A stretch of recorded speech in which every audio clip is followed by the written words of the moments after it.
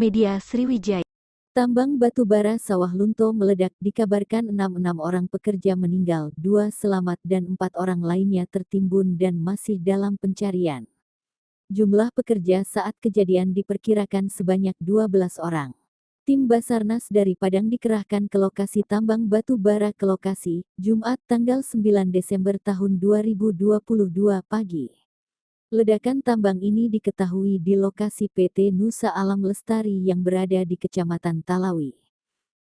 Informasi yang dihimpun di lapangan, tambang meledak Jumat pagi sekitar jam 9.30 waktu Indonesia Barat. Saat ledakan terjadi, 2 orang selamat, namun 1 di antara meninggal.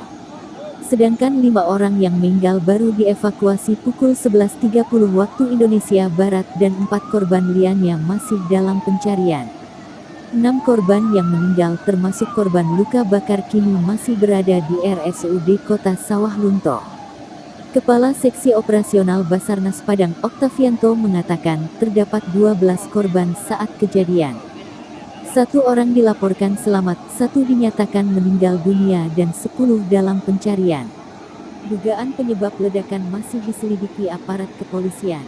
Saat ini, kepolisian masih melakukan evakuasi terkait adanya kemungkinan korban lain di lokasi kejadian.